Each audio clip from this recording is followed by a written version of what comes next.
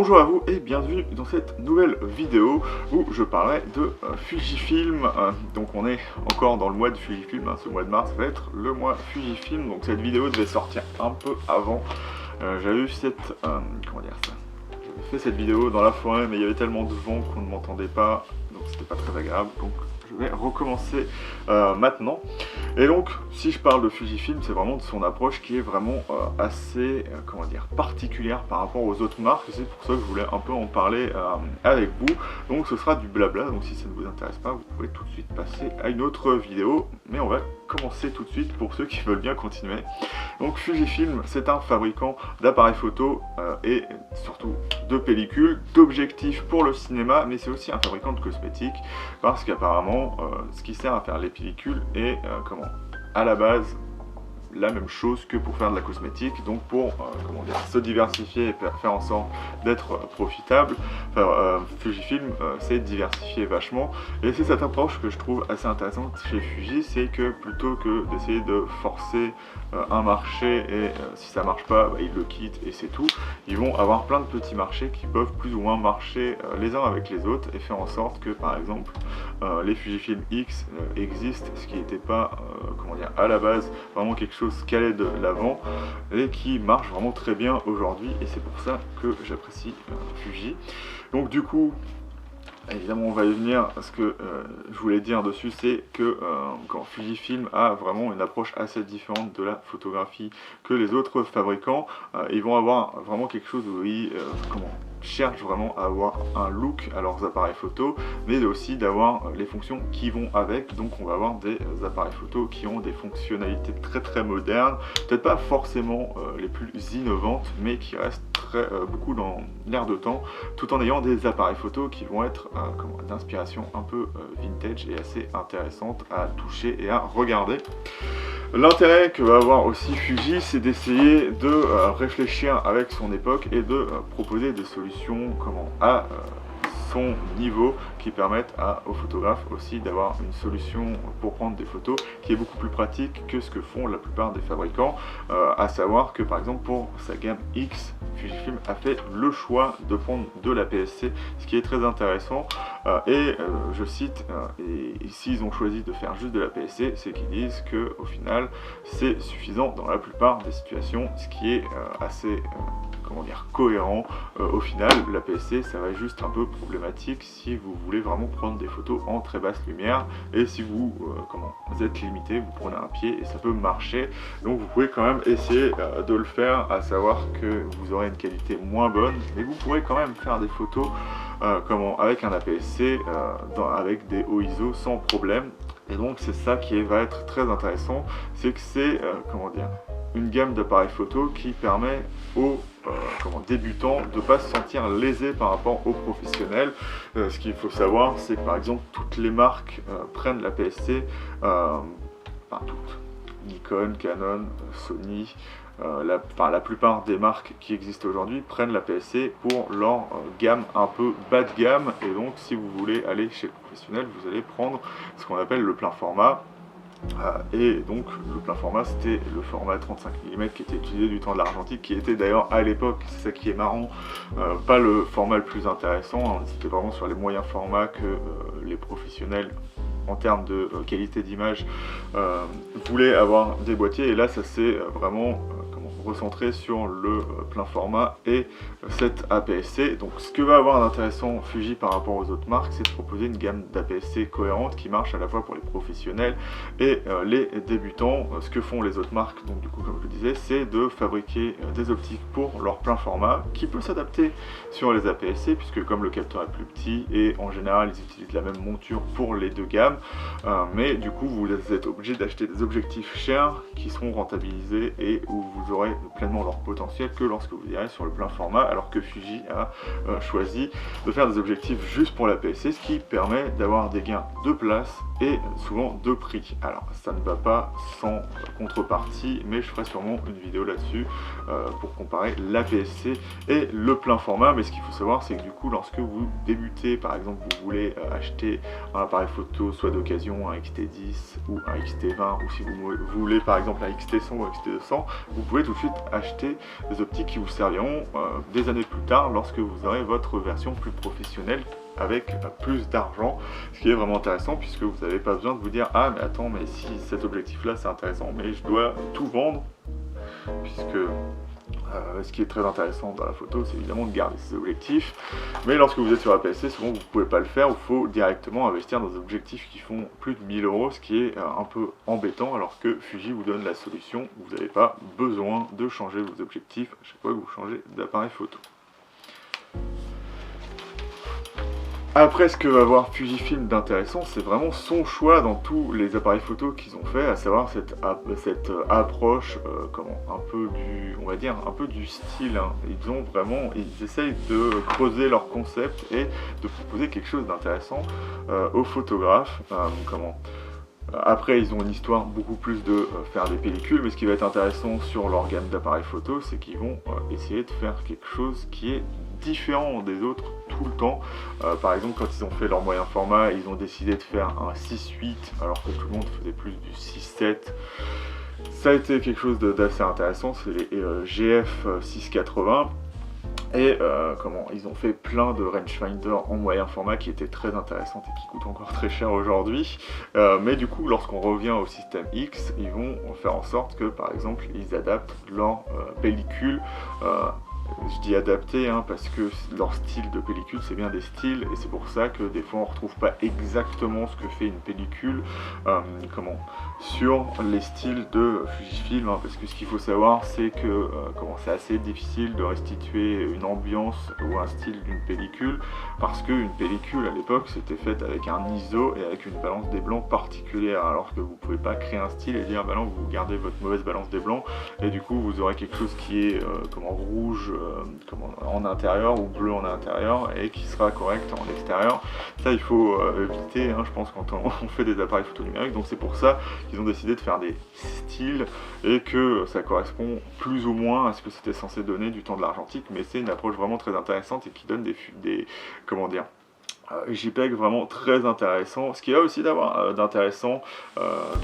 et que moi j'avais pas trouvé très intéressant à l'époque où j'ai testé Fuji, c'est qu'on nous dit oui mais voilà, vous n'avez pas besoin de faire d'euros, ce qui est vrai, parce qu'il y a quelque chose qui est notamment même intéressant aujourd'hui, parce que moi je joue vachement sur les courbes. Si vous voyez dans Lightroom, en fait, lorsque vous avez l'endroit où vous avez votre courbe, dans un rendu de pellicule, le rendu n'est pas tout droit. Le numérique a une façon particulière de rendre toutes les nuances de couleurs qui est beaucoup moins organique que la pellicule, donc normalement on est censé avoir une sinusoïde, alors que sur un appareil photo numérique, on a quelque chose qui va être droit, et donc toutes les nuances vont être un peu plus, soit dures, soit un peu plus,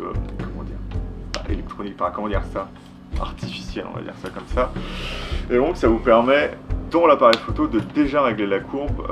et donc ça je trouve ça vraiment très intéressant chez Fujifilm. Après il y a plein d'autres avantages, mais ça va être en général ce qu'ils vont avoir d'intéressant, c'est de proposer des choses à la fois dans le boîtier de connaisseurs, des boîtiers qui sont aussi de connaisseurs. Par exemple, si vous prenez le X100, c'est l'appareil photo de geek ultime et de hipster ultime, parce qu'il va avoir un leaf shutter, ce que la plupart des gens ne connaissent pas. Et l'intérêt d'un leaf shutter, c'est que ça permet d'utiliser sur toutes les vitesses le flash, et donc ça c'est vraiment très pratique. On n'a pas l'effet de premier ou de second volet qui va couvrir, faire une bande à un endroit sur la photo avec le leaf shutter.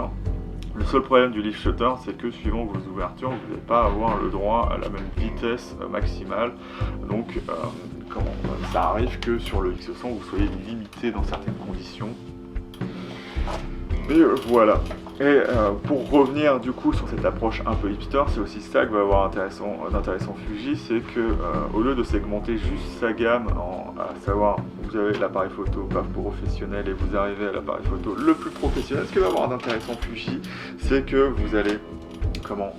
avoir votre gamme professionnelle qui va être en 3 parties. On attend le remplaçant du XH1, mais pour l'instant on va avoir le XH1, le X Pro 3 et le XT4 qui sort bientôt. Et donc on a 3 approches de la photo et pourtant on a des appareils photo qui sont compétents de manière équivalente ou à leur manière. Par exemple, ce que va avoir d'intéressant le X Pro 3, c'est qu'il reprend le design d'appareil photo dit rangefinder ou télémétrique, qui n'est pas vraiment un télémétrique parce qu'il a aussi une visée directe électronique. Mais bon, on va pas rentrer dans le débat, mais c'est un appareil photo qui s'adresse à un public plus de connaisseurs qui veulent avoir une photographie plus pure dans le sens où ils veulent avoir un objet qui prend des photos plus qu'avoir juste la machine à prendre des photos, ce qui sera plus le cas d'un XT4,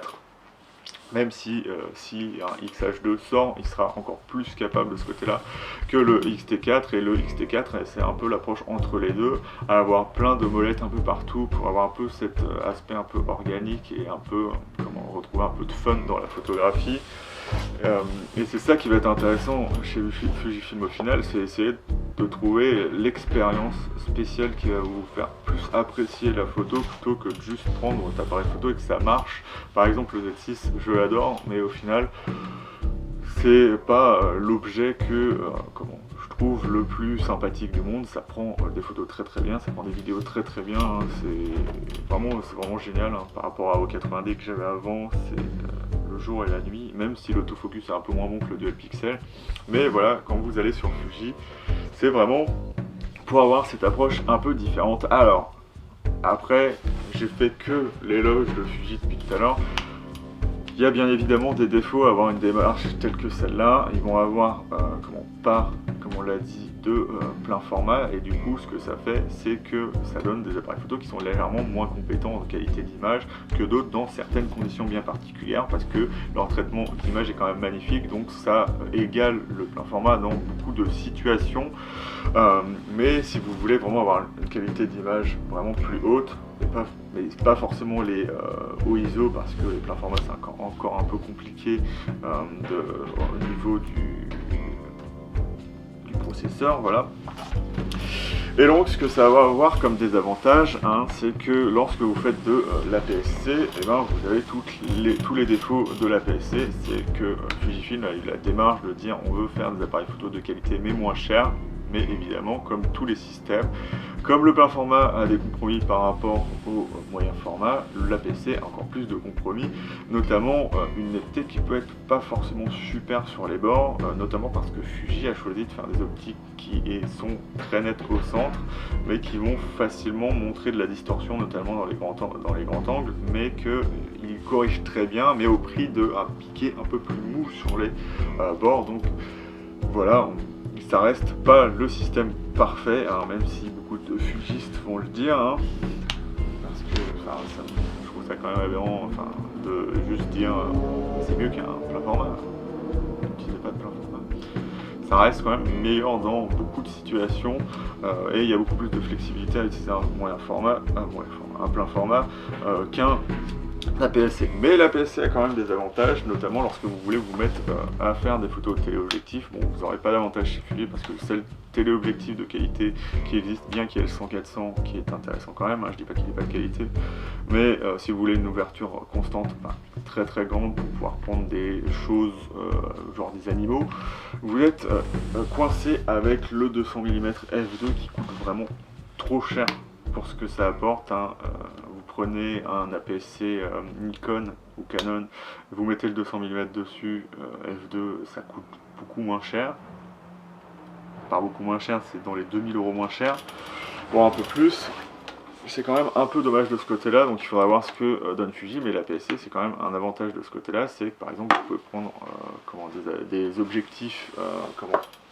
de kit et avoir quelque chose de quand même assez confortable pour faire de la photo au téléobjectif, ce que vous n'avez pas forcément avec le plein format, et vous avez l'avantage de la taille normalement. J'ai un peu parlé de défauts chez Fujifilm, mais de manière générale, je trouve que Fujifilm fait des choses vraiment très intéressantes, et c'est ça dont je voulais parler aujourd'hui. C'est dans une industrie qui cherche à être vraiment très efficace, Fujifilm est vraiment une marque qui détonne et qui donne vraiment envie de faire de la photographie et de s'investir dans la photographie. Si vous vous intéressez à ça, vous pouvez voir que des fois, certaines marques vont vraiment chercher à aller dans l'efficacité, par exemple Canon ou sous une certaine mesure Sony vont chercher vraiment un domaine particulier, même si des fois ils écoutent plus Sony que Canon leurs clients, on reste sur des trucs où ils n'essayent pas forcément d'apporter quelque chose de vraiment très fun à utiliser. Souvent on va avoir des choses avec une contrepartie et Fujifilm essaye vraiment de vous faire découvrir quelque chose, que ce soit sur ses X100, sur ses Fujifilm X, sur ses GFX, sur ses Instax, sur ses pellicules. Parce que ça que je trouve très intéressant avec Fuji, c'est que certes une entreprise doit être profitable et donc comment vraiment investir de façon à gagner de l'argent, mais ça n'empêche pas de pouvoir essayer d'apporter quelque chose à ses utilisateurs, de leur montrer qu'il les soutient, ce que je trouve que Fuji fait beaucoup mieux que la plupart des autres marques. Je reparle de Canon, hein, du coup, évidemment. Et bon, ça c'est un autre sujet, et c'est ça que je trouve vraiment très intéressant chez Fujifilm, hein. C'est pas la meilleure marque, mais c'est une marque qui vraiment a une aura, quelque chose de vraiment intéressant, et qui qu'on s'y intéresse vraiment, parce qu'ils ont des choses qui sont très cohérentes, qui marchent plutôt très bien, qui sont fun à utiliser, et qui nous montrent que des fois le passé n'est pas complètement révolu. Donc si vous avez aimé cette vidéo, n'hésitez pas à mettre un pouce levé. Si vous n'avez pas aimé, bah, évidemment dites pourquoi, hein, parce que ça reste intéressant, et puis ça me permettra de répondre à vos commentaires et de voir s'ils sont intéressants, hein, parce que si c'est juste pour dire moi j'aime pas et c'est tout, hein, ce sera pas très intéressant pour moi. N'hésitez pas aussi à vous abonner, hein, pour que je fasse d'autres vidéos assez cool et que je puisse avoir des retours de votre part. Je vous dis salut et à bientôt.